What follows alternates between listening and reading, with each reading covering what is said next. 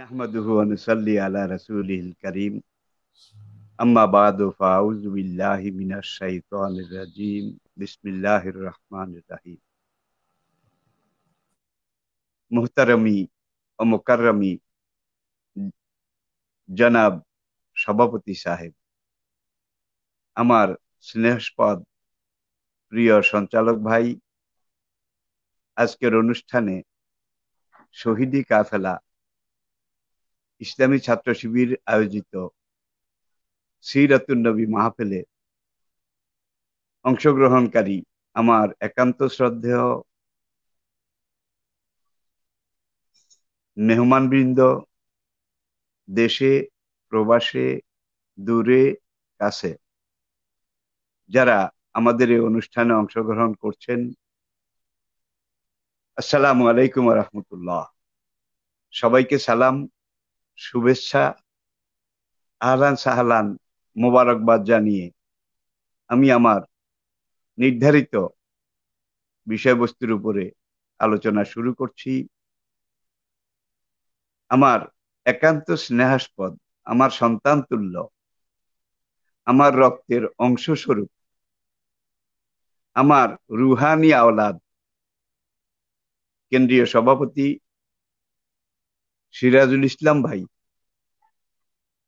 একটা মহাসাগরকে একটা চায়ের পেয়ালায় আমাদের সামনে পরিবেশন করেছেন। আসলে ১,৫০০ বছর পর্যন্ত প্রায় যেই জাত, যেই হাস্তি, জাতে নবুয়ত, জাতে রেসালত, যাকে নিয়ে এত আলোচনা, পর্যালোচনা, পর্যবেক্ষণ, এত রকমের লিখন, পঠন, গবেষণা, অ্যানালাইসিস, ব্যাখ্যা, বিস্তৃতি, পোস্টমার্টেম করা হচ্ছে, কিন্তু কিছুই যেন করা হলো না। আমরা সাগরের তলা তো দূরের কথা, তার কাছেও যেতে পারিনি। কোরআন যেমন আমাদের জীবনের সংবিধান, আমাদের মূল টেক্সট বুক, তেমনি হাদিসে রাসূল, প্রিয় নবীজির চলন, বলন, কথন, সমর্থন, এগুলো হচ্ছে হাদিসের ভিত্তি। এই দুইটার উপরেই সিরত, প্রিয় নবীর জীবন আদর্শ। আসুন হুব্বে রাসূল, রাসূল সাল্লাল্লাহু আলাইহি ওয়াসাল্লামকে মহব্বত করা। প্রথমে আসুন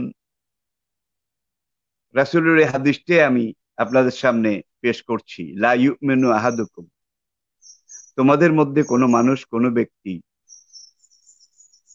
ওই পর্যন্ত পূর্ণাঙ্গ মুমিন হতে পারবে না যে পর্যন্ত না আমি যা নিয়ে এসেছি, আমি যা বলছি, আমি যা করছি, আমি যা করতে বলেছি বলছি, এগুলোকে এবং আমি নবীকে তার সন্তান, তার পিতা, তার পরিবার পরিজন সবার চাইতে বেশি ভালো না বাসবে। তাহলে এটা কুল ইন কুনতুম তুহিব্বুনা আল্লাহ, আমার সভাপতি ভাই একটু আগে বলেছেন, আমার নাতি, যে ফাত্তাবিউনি ইউহিব্বুকুমুল্লাহ, যদি আল্লাহকে পেতে চাও, যদি আমার মহব্বত পেতে চাও, ধারণ করতে চাও, তাহলে আমাকেই জীবনের প্রত্যেকটা কাজে পুঙ্খানুপুঙ্খ রূপে কদম বা কদম এতাত আনুগত্য এবং আমাকেই জীবনের সর্বোচ্চ মডেল হিসাবে মেনে নিতে হবে। আসুন, মক্কায় তিনি নিয়ে আসলেন প্রথম তাওহীদের বাণী। আইয়ুহান নাস কুলু লা ইলাহা ইল্লাল্লাহ তুফলিহু, হে মক্কাবাসী, আইয়ুহান নাস, হে দুনিয়ার মানুষ, তোমরা মেনে নাও, স্বীকার করো, ঘোষণা দাও, আল্লাহ ছাড়া কোনো ইলাহ নেই, আল্লাহ ছাড়া কোনো খালেক নেই, মালিক নেই, মাবুদ নেই, আল্লাহ ছাড়া কোনো সৃষ্টিকর্তা, পালনকর্তা, আইনদাতা, হুকুমদাতা, বিধানদাতা, রিজিক দাতা, জীবনদাতা, মৃত্যুদাতা, মানুষের জীবনের যতগুলো দিক আছে সবগুলো নিরঙ্কুশ একমাত্র মালিক আল্লাহ রাব্বুল আলামিন। সেই মহান রব্বুল আলামিনকে তোমাদের জীবনের রব, তোমাদের জীবনের সব, এটা মেনে নাও, তোমরা বেঁচে যাবে। সকল রকম জঞ্জাল, জটিলতা এখান থেকে তোমরা মুক্তি পাবে। গুটি কতক, হাতে গোনা কয়েকজন প্রথম এগিয়ে আসলেন। জীবন সঙ্গিনী উম্মত জননী খাদিজা রাদিয়াল্লাহু তাআলা আনহা, সেখান থেকে এই কাফেলার যাত্রা শুরু। তরুণদের মধ্য থেকে আলী, গোলামদের মধ্য থেকে জায়েদ, যাদেরকে আমরা চিনি। এইভাবে কাফেলার যাত্রা শুরু হলো। যাত্রা যখন শুরু, মনে হলো তখনকার মক্কা একটা বিরাট বিস্ফোরণ ঘটলো, যে এত কাল, এত বছর কাল পরম্পরায়, যুগ পরম্পরায় আমরা আমাদের আদর্শ, কৃষ্টি, এগুলোকে লালন করেছি, ধারণ করেছি, পালন করেছি। আমরা মূর্তি পূজা করেছি, আমরা ব্যভিচার, জেনা, নিশা, সুদ, ঘুষ, জুয়া, সকল রকমের অপকর্ম করে আসছি। এখন আমাদের এই নেতৃত্ব, কর্তৃত্ব, মোহাম্মদ যেই দাওয়াত দিচ্ছেন, সেই দাওয়াতে সাড়া দিলে আমাদের কর্তৃত্ব চলে যাবে, আধিপত্য চলে যাবে, মাতব্বরিও চলে যাবে। সুতরাং এটাকে হতে দেয়া যায় না।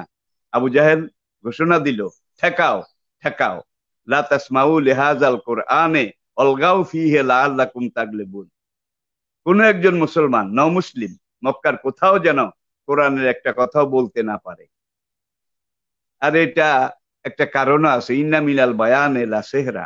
অন্য আয়াতে আল্লাহ পাক বলছেন, কোরআন এমন এক জিনিস যেটা মানুষের অন্তরের গভীরতম কন্দরে জাদুর মতো আসর করে। আবু জেহেলের এই সংস্কৃতি অতীতে ছিল, এই যুগে আছে নাকি নেই, এটা আমাদেরকে এখন চিন্তা ভাবনা করার সময় এসেছে। কারণ আবু জেহেল নেই। ১,৫০০ বছর আগের আবু জাহেল, সে শুধু আবু জাহেল ছিল, ডক্টর, পিএইচডি ছিল না। এই যুগের অনেক আবু জাহেল, তারা একদিকে আবু জাহেল, আরেকদিকে ডক্টরেট, মাস্টারেট, পিএইচডি।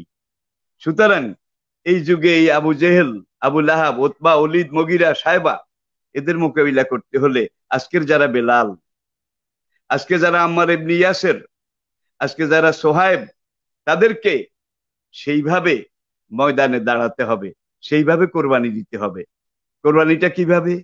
রাসূলের মহব্বতের বহিঃপ্রকাশ, এটা দেখার জন্য আমরা প্রথমে বেলাল রাদিয়াল্লাহু তাআলা আনহুকে আপনাদের সামনে পেশ করছি।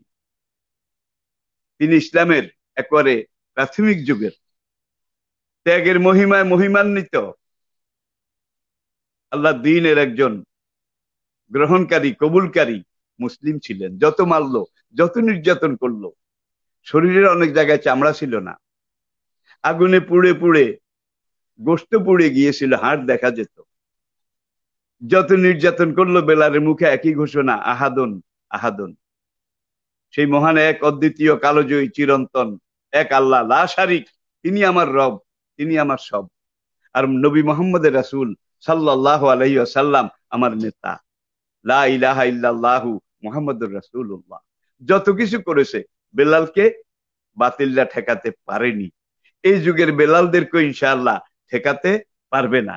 আসুন আমরা সুমাইয়াকে একটু দেখি, ইসলামের প্রথম শহীদ, একজন রমণী, একজন মা। আবু জাহেল তাকে একদিন হাত পা বেঁধে ধারালো পাথর কঙ্করের উপরে শোয়ায় লাঠি দিয়ে পিটাচ্ছে, তলোয়ারের বাট দিয়ে আঘাত করছে। আঘাত করতে করতে হুঁশ এবং বেহুশ, চেতন এবং অচেতন, এই অবস্থার মধ্যে আবু জেহেল বলল, ওরে বান্দির ঘরের বান্দি, তুই মুহাম্মদকে একটু গাল মন্দ কর, আমাদের দেব দেবীর একটু প্রশংসা কর, তোকে আর মারবো না, ছেড়ে দেব। একজন বৃদ্ধা নারী, তিনি জবাব দিলেন, সুতিয়া নাশ হো তেরে আর তেরে বাতিল খোদাউ কে, তোমার সর্বনাশ হোক আর তোমার এই বাতিল দেব দেবী, এগুলোর সর্বনাশ হোক। আমি এগুলোকে মানি না, মানবো না। আমি যাকে পেয়েছি রব হিসাবে, যাকে পেয়েছি নবী এবং নেতা হিসাবে, এই দুইজন ছাড়া, আল্লাহ এবং আল্লাহ রাসূল ছাড়া, আমার জীবনে, আমার হৃদয়ের এই কন্দরে বন্দরে, আমার হৃদয়ের গভীরতম এই পর্যায়ে আর কাউকে আমি স্থান দিতে পারবো না। মারতে মারতে তাকে শহীদ করে দিল, কিন্তু ফিরানো গেল না।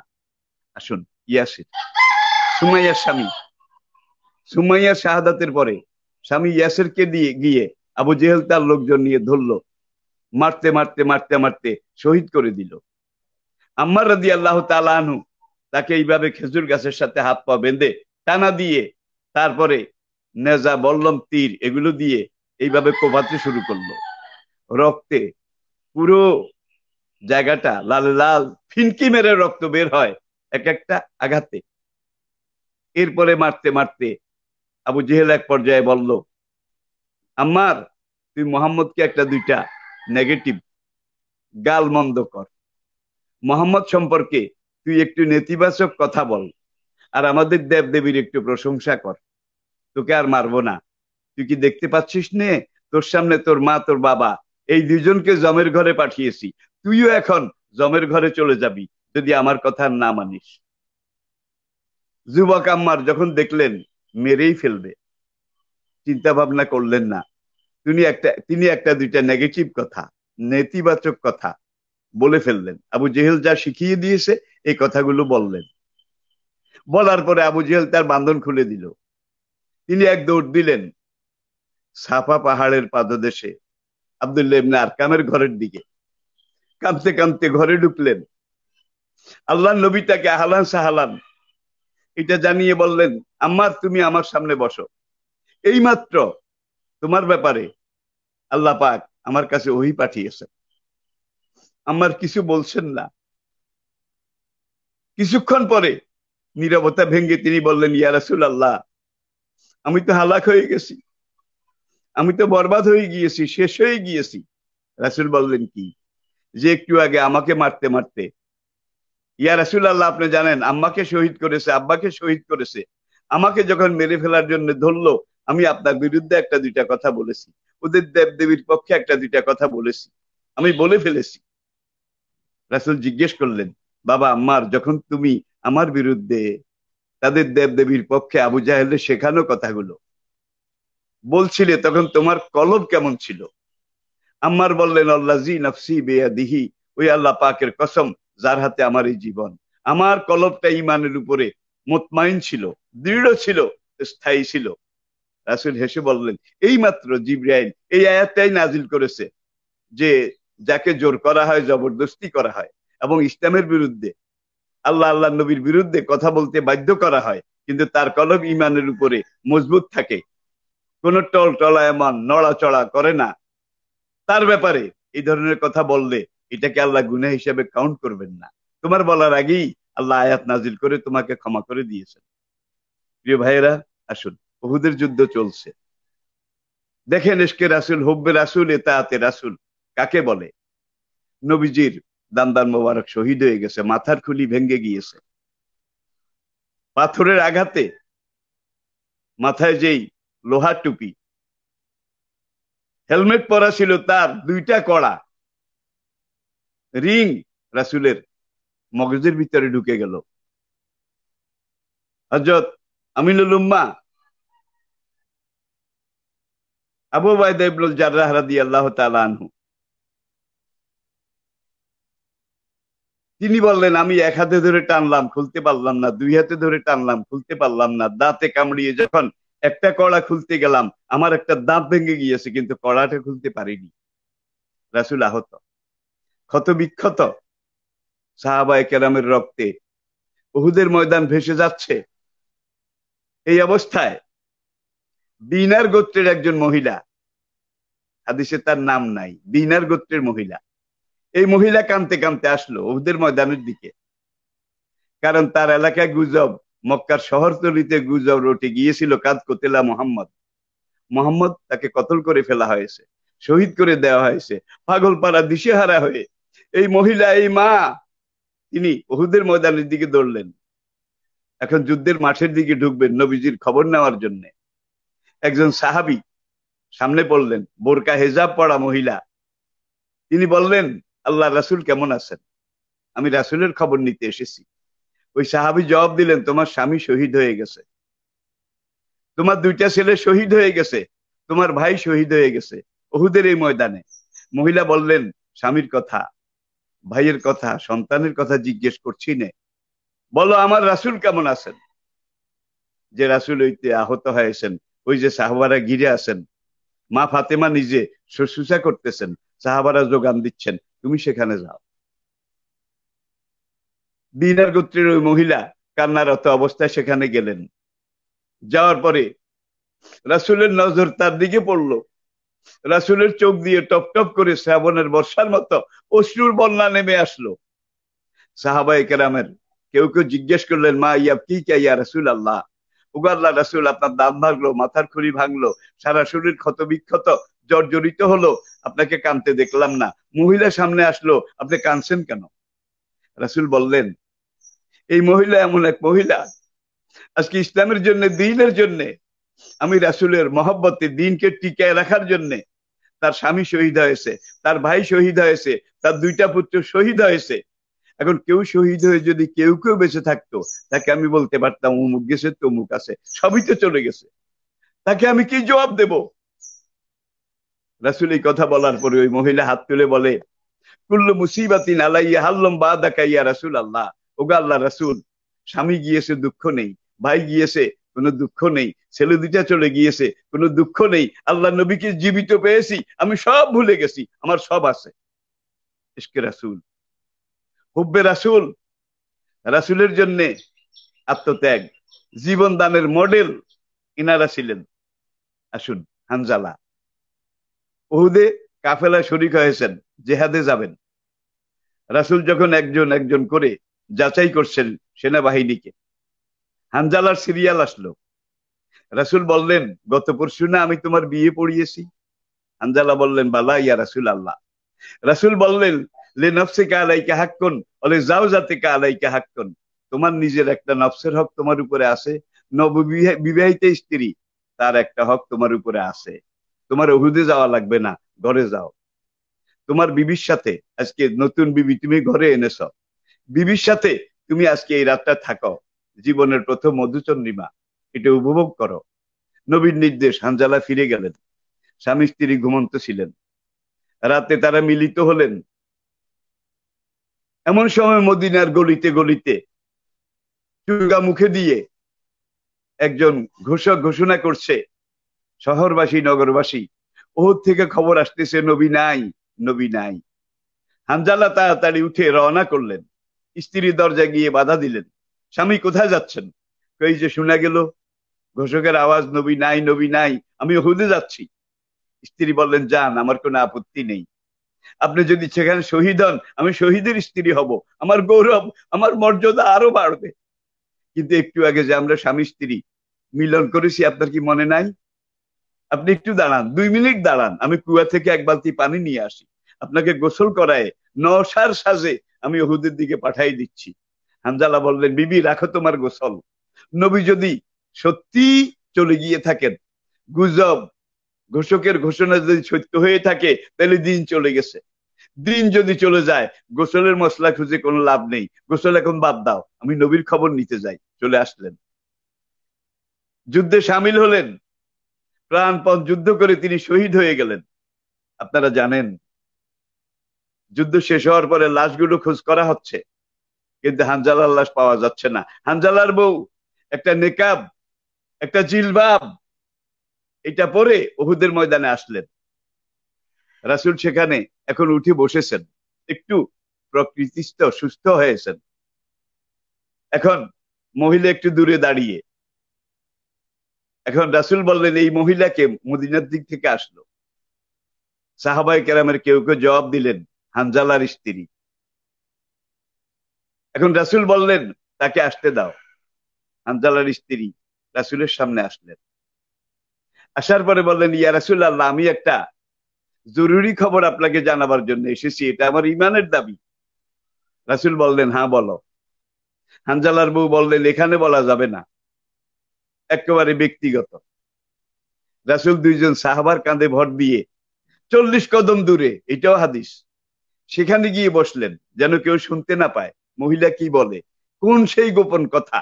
হানজালার বউ নবীর সামনে দাঁড়িয়ে বলল, ইয়া রাসূলুল্লাহ, মদিনাতে এই গুজব রটেছে, স্বামী এইভাবে দৌড়ে এসেছে, শহীদ হয়ে গেছে, আমি জেনেছি, এই জন্য এসেছি। তার উপরে গোসলে জানাবাত, ফরজ গোসল ছিল, প্রাপ্য ছিল, ডিউ ছিল, কিন্তু গোসলের সুযোগ সময় সে আমাকে দেয়নি। ওগো আল্লাহর নবী, আমার স্বামী যদি শহীদ হয়ে গিয়ে থাকে, তাকে আপনি গোসল না দিয়ে দাফন করবেন না। কারণ শহীদদেরকে তো গোসল দেওয়া হয় না, এই মশলাও আমি জানি। এখন পাওয়া যায় না, পাওয়া যায় না, সাহাবারা কাঁদে। আল্লাহ রাসূল উপরের দিকে তাকালেন, মুখে বেহেশতি হাসি প্রতিফলিত হলো। ইন্নি আরা মা লা তারাও না, হে আমার সাহাবারা, আমি যা দেখি তোমরা যা দেখো না। তোমরা হানজালার লাশ পাও না, আমি দেখেছি সাতটাবক আসমানের উপরে বয়তুল মামুরের সামনে 70,000 ফেরেশতা হানজালার লাশ সেখানে নিয়ে গেছে। ফেরেশতারা বেহেশতের আবে কাউসার ঝর্ণাধারার পানি দিয়ে তাকে গোসল দেওয়া এসে, জিবরাইলের নেতৃত্বে যারা জানাজা পড়তেছে, এই যে আসতেছে আসতেছে আসতেছে বলতে বলতে হানজালার লাশ, হামজার রাদিয়াল্লাহু তাআলা আনহুর লাশের পাশে হাজির। ইসলামের ইতিহাসে এনাকে বলা হয় গাসিলুল মালায়েকা। ওই শহীদ আল্লাহর ফেরেশতারা আসমানে নিয়ে যাকে গোসল দেওয়া হয়েছে, এই হব্বে রাসূল, ইশকে রাসূল, ইতাআতে রাসূল, সিরাতে রাসূল, এটাকে জানা মানা জীবনে ধারণ বাস্তবায়ন করার কারণে আল্লাহ পাক দুনিয়াতে পুরস্কার দিয়েছেন, আমাদেরকে দেখিয়ে দিয়েছেন। এটাও আমাদের জন্য একটা আত্মত্যাগের শিক্ষা এবং মডেল। প্রিয় ভাইয়েরা, রাজির ঘটনার দিকে একটু তাকান। আল্লাহ রাসূল 7 জন সাহাবা, চৌকস সাহাবা, এবং অধিকাংশ ক্ষেত্রে এনারা আর্মি ইন্টেলিজেন্স, সেনা গোয়েন্দার দায়িত্ব পালন করতেন। এবং সেই সেনা গোয়েন্দা 7 জন বাছুনি করা সাহাবি আর্মি ইন্টেলিজেন্স, তাদের কমান্ডার ছিলেন হযরত আসিম রাদিয়াল্লাহু তাআলা আনহু। আসিমের নেতৃত্বে মক্কার কুরাইশরা বারবার এসে মদিনার আশেপাশে ঘুরে মুসলমানদেরকে ডিস্টার্ব করে, কোনো মানুষ পেলে ধরে নিয়ে যায়। আজকে উটটা নিয়ে যায়, কাল বকরিটা নিয়ে যায়, গাছের আধা পাকা খেজুরগুলো পেড়ে নিয়ে যায়। এ আমাদের যেভাবে নেয় আর কি, আশপাশওয়ালারা স্বভাব তো একই, জিনিসও এক। এটা আমাদেরকে বুঝতে হবে। সুযোগ পেলেই আর সুযোগ গ্রহণ করতে দেরি করে না, অপেক্ষাও করে না। এখন আসিমের নেতৃত্বে পাঠালেন মক্কা এবং মদিনার মধ্যবর্তী এক জায়গায়। জায়গাটার নাম হলো রাজি উপত্যকা, রাজি পাহাড়ি এলাকা। সেখানে একটা জায়গায় পার্শ্ববর্তী গোত্রের একদল কাফের, তারা অপেক্ষায় ছিল যে আমরা খবর পেয়েছি মুসলমানের একটা দল এই দিকে আসতেছে। তারা যখন ওই 3 পাহাড়ের মাঝখানে গেলেন এই 7 জন আসিমের নেতৃত্বে, তখন 100 তীরন্দাজ চতুর্দিক থেকে তাদেরকে ঘেরাও করে ফেললো। এই 7 জন প্রাণপণ মোকাবিলা করলেন, 2 জন শহীদ হয়ে গেলেন, 3 জন তাদের হাতে বন্দী হলো, আর রইল 2 জন। এই 2 জনের একজন আসেম, আরেকজন অন্য এক সাহাবা রাদিয়াল্লাহু তাআলা আনহুমা। এখন অন্যজন শহীদ হয়ে গেলেন, আসেম একা। সকালে শুরু করলেন, এবং তখনকার আরবের সাহাবাদের জগতের সবচেয়ে এক্সপার্ট তীরন্দাজ ছিলেন তিনি। তার তীরের লক্ষ্য এমন ভাবে ভেদ করত, কোনটা মিস হতো না। এখন আসেম রাদিয়াল্লাহু তাআলা আনহু একাকী লড়ে যাচ্ছেন 100 মানুষের সাথে। কতক্ষণ লড়া যায়? যেই 3 জন বন্দী হয়েছিল ওদের হাতে, ওরা আগে বলেছিল তোমরা আত্মসমর্পণ করো, তোমাদেরকে কিছু বলবো না, বন্দী করবো না, মারবো না। আত্মসমর্পণ করার সঙ্গে সঙ্গে তীরের রশি দিয়ে তাদের 3 জনকে বেঁধে ফেললো। আসেম দেখলেন যে এদের সাথে আত্মসমর্পণ করলে তো কোনো লাভ নাই, এরা তো বিশ্বাসঘাতক। কোরআন বলছে লা আহাদা লাহুম ওয়ালা মিসাক, মুশরিকদের সাথে কোনো চুক্তি তোমরা করো না। ওরা সকালে চুক্তি করবে, বিকালে ভঙ্গ করবে, আজকে এক কথা বলবে, কালকে এক কথা বলবে, এইভাবে দিনের পর দিন, যুগের পর যুগ তারা এই ধারা বজায় রাখবে। সুতরাং ওদের সাথে কোনো সন্ধি করে তোমরা আসলে সুবিধা করতে পারবে না। প্রিয় দর্শক শ্রোতা ভাইয়েরা, আসিম রাদিয়াল্লাহু তাআলা আনহু 100 জনের মোকাবিলা একজনে করছেন। এবার সারা শরীর ক্ষত বিক্ষত, জর্জরিত, রক্ত পড়তে পড়তে শরীরটা হলদে ফ্যাকাশে হয়ে গেছে। এখন তিনি একাই মোকাবিলা করছেন আর বলছেন, রব্বুল আলামিন তুমি দেখো আমার অবস্থা, আল্লাহ রাসূলকে আমার সালাম পৌঁছাই দিও। রব্বুল আলামিন তুমি নিজে আল্লাহ রাসূলকে আমার এই অসহায়ত্বের খবরটা তুমি জানিয়ে দিও। রব্বুল আলামিন তোমার কাছে সর্বশেষ আমার আরজু যেটা, সেটা হলো এই কাফের বেঈমান আমি যদি শহীদ হয়ে যাই, আমার শহীদি লাশটা যেন স্পর্শ করতে না পারে। ইন্নামাল মুশরিকুনা নাজাস, তারা অপবিত্র, তারা পঙ্কিল, পাকের আবর্তে তারা জড়ানো পেঁচানো। এই নাপাক মুশরিকরা আমার লাশটা যেন ধরার সুযোগ না পায়। তিনি দুপুরের পরে সেখানে শহীদ হয়ে গিয়েছেন, লাশটা পড়ে গেছে। মক্কার একটা কবিলার এক মহিলা সোলাফা সিয়াসিত্তার কিতাবে তার নামও আছে, মাগাজিতে আপনারা দেখে নেবেন। এই সোলাফার 2 পুত্র এবং স্বামী বদরের যুদ্ধে এই আসিমের নিক্ষিপ্ত তীরে এই সোলাফার স্বামী এবং দুই ছেলে তারা মারা গেছে। খবর জানার পরে সোলাফা কসম করলো যে আসেম এইভাবে তীর মেরে আমার স্বামী আমার দুই সন্তানকে হত্যা করেছে, আমি হবল, লাত, উজ্জা, ইয়াউক, ইয়াগুস, ঠাকুরানির কসম করে বলছি, এই আসিমের লাশ যেদিন আমি পাই, আর যদি পাই, তার মাথার খুলি এটাকে কেটে পেয়ালা বানিয়ে আসিমের মাথার খুলিতে আমি মদ পান করব। মহিলা খুব ধনাঢ্য মহিলা ছিল। সে মক্কাতে ঘোষণা দিল, আসিমের মাথার খুলি যদি কেউ আমাকে এনে দিতে পারো তাকে 100 উট পুরস্কার দেওয়া হবে। আরেক বর্ণনায় 100-এর বেশিও আছে। এখন মক্কার লোকেরা দেখে যে আসিমের লাশ কোথাও পাওয়া যায় কিনা, মরা লাশটা নিয়ে দিল, দরকার তো মাথার খুলি। আর সোলাফা মাথার খুলিটাই চায়। পরিশেষে তারা যখন দেখলো যে আসিম এখানে শহীদ হয়ে গেছে, মক্কাতে খবর গেল। সোলাফাকে তারা জিজ্ঞাসা করলো, হ্যাঁ আজকে আমাদের শিকার হয়েছে তোমার সেই চিরদুশ্মন আসিম, এখন মাথার খুলি দরকার নাকি, তাড়াতাড়ি আনো। আর আসিম কিন্তু বলেছে নাপাক মুশরিক যেন আমার শরীর ছুঁইতে না পারে, এটা ইতিহাস। এখন তারা 100 মানুষ আবার আসলো। তারা 100 বা কয়েকশো উট জনে জনে ভাগ করে নেবে। তারা এসে দেখে যে লক্ষ লক্ষ বোলতা, ভিমরুল, মৌমাছি লাখে লাখে ঝাঁকে ঝাঁকে আসিমের লাশের উপরে বসে আছে। ওরা যখন লাশের দিকে আগায় আসে, বো বো করে গিয়ে ওদেরকে আক্রমণ করে। ভিমরুল বোলতার আক্রমণে কয়েকটা কাফের মারা পড়েছে, বাকিরা দৌড় দিল, নিরাপদ দূরত্বে গিয়ে পরামর্শ করলো যে দিনের বেলায় ওরা মুসলমান এমন শহীদ, বোলতা ভিমরুল মৌমাছিরাও ওদের লাশ এটা পাহারা দেয়। রাতে অন্ধকার যখন নামবে তখন ওরা চলে যাবে, বোলতা ভিমরুল আর থাকবে না, আমরা আসিমের লাশটা নিয়ে আসবো। সন্ধ্যার আগে আগে মুষলধারায় বৃষ্টি নামলো এবং রাজি উপত্যকা এমন ঢল, এমন বন্যা সৃষ্টি হলো। সেই বন্যায় আসিমের লাশ মোবারক পাহাড়ি ঢলে পাহাড়ের কোনখান দিয়ে কোনখানে ঢুকেছে ওরা খুঁজে পায়নি, আজও খোঁজ পাওয়া যায়নি। এই সাহাবীকে ইসলামের ইতিহাস বলছে যে ইনি হামিউদ্দাবার। হামিউদ্দাবার বুখারীর নাম, আল্লাহর নবীর দেওয়া নাম হামিউদ্দাবার, যে কীট পতঙ্গ বলতা ভিমরুল মৌমাছি যার শহীদের লাশের হেফাজত করেছে। এবার আসুন আরেকজন, এই যে বন্দী হয়েছেন যে 3 জন, তার মধ্যে প্রধান হযরত খোবাইব ইবনে আদি। খোবাইব ইবনে আদি রাদিয়াল্লাহু তাআলা। খোবাইবের উপরে ওদের অনেক ঝাল ছিল, কারণ এই খোবাইবের হাতে মক্কার অনেক লোকের বদরে, উহুদে বিভিন্ন লোক হত্যা হয়েছে। এখন খোবাইব তাদেরকে 10 দিন একটা বন্দিখানায় রাখলো। এখানে আবার ঘটনা আছে, এগুলো বলার মতো সময় আমার হাতে নেই, বলছি না। খোবাইবকে কাবা থেকে 6 কিলোমিটার দূরে তানিম উপত্যকায় সেখানে নিয়ে শুলে লটকিয়ে দিল, তাকে শহীদ করা হলো। 100 তীরান্দাজ নেজা বল্লমধারী তার শহীদি লাশ পাহারা দিচ্ছে। নেতারা বলছে লাশটা ঝুলে থাকুক, মুসলমানরা পালিয়ে পালিয়ে হলেও দেখুক ইসলাম গ্রহণ করার পরিণতি কি। লাশ এইভাবে শুলে উল্টা করে ঝুলায় রাখা হয়। নবীর কাছে খবর গেল, নবী 2 জন সাহাবাকে পাঠালেন, হযরত জুবাইর এবং হযরত মিকদাদ রাদিয়াল্লাহু তাআলা আনহুমা। এই 2 জনও কিন্তু সেনা গোয়েন্দা, আর্মি ইন্টেলিজেন্ট। তারা আসলো নিরাপদ দূরত্ব বজায়, লুকিয়ে ছুপিয়ে আসলো, দেখে যে খোবাইবের শহীদি লাশ ঝুলে আছে। 4 বা 5 দিন আগে তাকে এইভাবে লটকানো হয়েছে। আমরা জানি শহীদের লাশ পচে না, যেমনটা তেমন থাকে। এখন 100 জন পাহারা দেয়। কতক্ষণ পাহারা দিয়ে সেখানে বাদ্য বাজনা বাজিয়ে আনন্দ করে তারা একটু দূরে, সামান্য দূরে একটা খেজুরের বাগানে গিয়ে সেখানে এখন মদ খায়, একটু রেস্ট নেয়, একটু আরাম করে আর কি।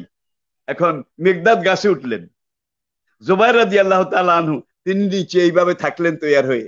এখন রশি কাটতেছেন, লাশটা নামতেছে, রশি কাটতেছে, লাশটা নামতেছে।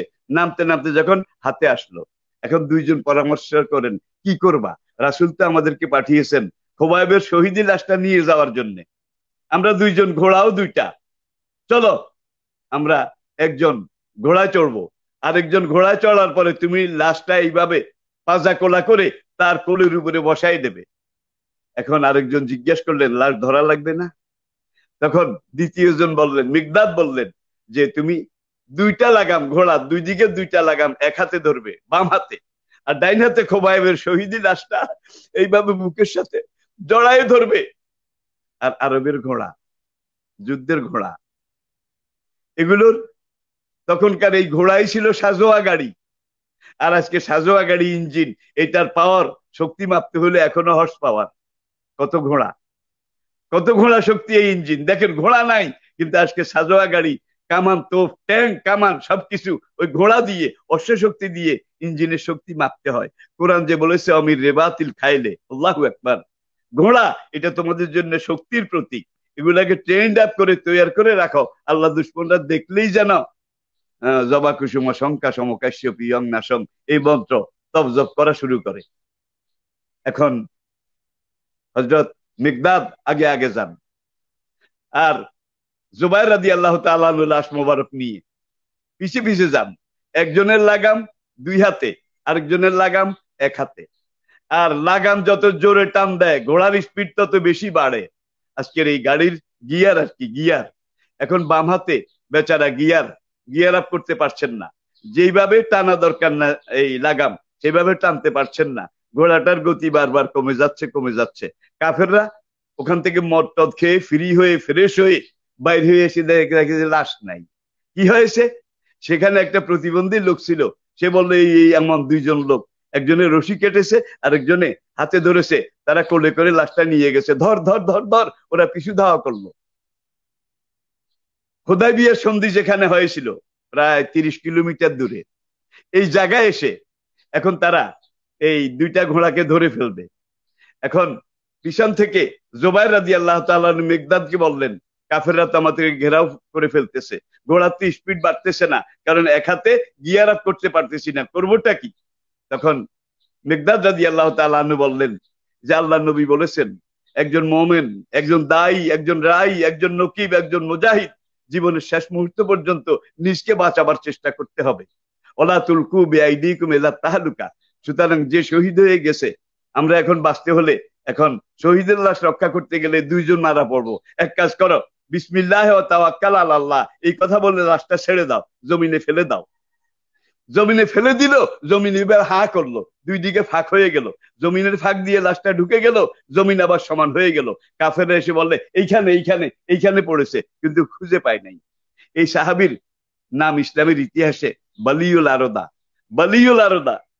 পরিশেষে আসুন যেই কথাটা আমি বলে শেষ করছি, উহুদের যুদ্ধে হামজা রাদিয়াল্লাহু তাআলা আনহুকে যেখানে দাফন করা হয়েছে, হযরত জাবেরের আব্বা আব্দুল্লাহ শহীদ, এইভাবে শহীদদেরকে যেখানে দাফন করা হয়েছে, উহুদের যুদ্ধের 47 বছর পরে হযরত আমিরে মাবিয়া রাদিয়াল্লাহু তাআলা আনহুর খেলাফতের জামানায় মদিনায় পানির ড্রেন, পানির লাইন তৈরি করার জন্য উহুদের এই রণক্ষেত্রের এখান দিয়ে যখন এই পরিখা খনন করা হচ্ছিল, ড্রেইনের লাইন তৈরি করা হচ্ছিল, তখন হামজা রাদিয়াল্লাহু তাআলা আনহুর লাশ কতটুকু কেটে গিয়েছিল।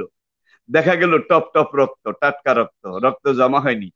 এরপরে হযরত আব্দুল্লাহ জাবেরের আব্বা, তার লাশ মোবারক পুরা বের হয়ে গেল। জাবেরের কাছে খবর গেল যে এইভাবে সরকারি কাজে তোমার বাবার লাশ তো বের হয়ে গেছে। জাবের রাদিয়াল্লাহু তাআলা আনহু 2-3 জন সঙ্গী নিয়ে উহুদের ময়দানে এসে দেখেন যে লাশটা এইভাবে উঠে গেছে, একদিকে পড়ে আছে। তিনি লাশটাকে দুইজনে ধরে এক কিনারে নিলেন, নেওয়ার পরে দেখেন যে একেবারে শরীরটা 47 বছর আগে যেইভাবে দাফন করা হয়েছিল, হাঁটু থেকে নিচের দিকে হামজা এবং এই আব্দুল্লাহ, এখানে ঘাস, আসনান ঘাস, আর এইদিকে একটা পুরানো কাপড়। হামজার কাফনও এরকম ছিল, কাফনের কাপড় পর্যন্ত ছিল না। এবং তার ডাইন হাতটা এখানে কপালের উপরে এইখানে এইভাবে ধরা, ডাইন হাতটা। জাবের এই ডাইন হাতটাকে এইভাবে সরালেন, শিরশির শিরশির করে রক্ত ফিনকি মেরে বের হওয়া শুরু করলো। তখন নিন্নরা বলল হাতটা ওখানে লাগাই দাও, হাতটা ওখানে লাগাই দাও। হাতটা লাগাই দিল, রক্তটা বন্ধ হয়ে গেল। পুনঃ উহুদের ময়দানে আরেক সাইডে যখন হযরত জাবেরের আব্বা আব্দুল্লাহ তাকে দাফন করা হয়েছিল, তখন কবরে রেখে হাতটা আবার এখানে লাগাই দিয়ে তাকে দাফন করা হয়েছে। লা তাহসাবান্নাল্লাযীনা কুতিলু ফি সাবিলিল্লাহি আমওয়াত বাল আহইয়াউ ইনদা রাব্বিহিম ইউরযাকুন। শহীদি কাফেলার ভাইয়েরা, আমাদের নিরাশ হওয়ার কিছু নেই। ওয়ালা তাখাফু ওয়ালা তাহজানু ওয়া আবশিরু বিল জান্নাতিল্লাতী কুনতুম তুআদুন। আমরা জানি এটা আমাদের সুন্নাত, আমরা জানি শাহাদাত নির্যাতন আম্বিয়া কেরামের সুন্নাত, সাহাবায়ে কেরামের সুন্নাত। আমরা এই রক্ত ঝরা খুন রাঙ্গা, দাঁত ভাঙ্গা, রক্তে রাঙ্গা, মাথার খুলি ভাঙ্গা এই পথ দিয়ে হেঁটে যাচ্ছি। যে কোনো মুহূর্তে আমাদের উপরে নির্যাতন হচ্ছে হচ্ছে আমাদের শাহাদাত এটা হচ্ছে। শহীদি কাফেলার ভাইদেরকে আমি বলবো, আমাদের শাহাদাত যত বাড়বে তত আমাদের ময়দান তত উর্বর হবে, আমাদের শক্তি আরো বাড়বে আরো বাড়বে। দুঃখ করো না হারানো ইউসুফ, কেনানে আবার আসিবে ফিরে। দলিত শুষ্ক এ মরুপূর্ণ হয়ে গুলিস্তা হাসিবে ধীরে। আই রিপিট, দুঃখ করো না হারানো ইউসুফ, কেনানে আবার আসিবে ফিরে। দলিত শুষ্ক এ মরুপূর্ণ হয়ে গুলিস্তা হাসিবে ধীরে। সময় আসবে ইনশাআল্লাহ। আমাদের এত রক্ত কোনোদিন বৃথা যাবে না। এমন এক সময় আসবে বাংলার এই জমিনে ইসলামের পতাকা পথ পথ করে উঠবে। এটাকে কোনো বাতিল ঠেকাতে পারেনি, কোনো বাতিল পারবে না। মহান রব্বুল আলামিন আমাকে জানার, বুঝার, উপলব্ধি করার, আত্মজিজ্ঞাসা করার মতো শক্তি, বিবেক, জাগ্রত মস্তিষ্ক দান করুন।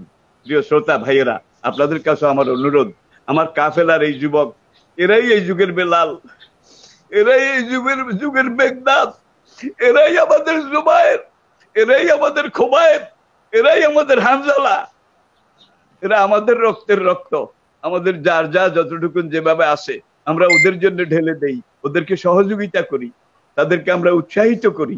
আল্লাহ পাক যেন এই শহীদি কাফেলা এটাকে সাহাবায়ে কেরামের মতো বুনিয়ান মারসুস হয়ে সামনে এগিয়ে যাওয়ার মতো তৌফিক, সাহসিকতা, মানসিকতা, ধৈর্য, ইস্তেকলাল এটা দান করেন।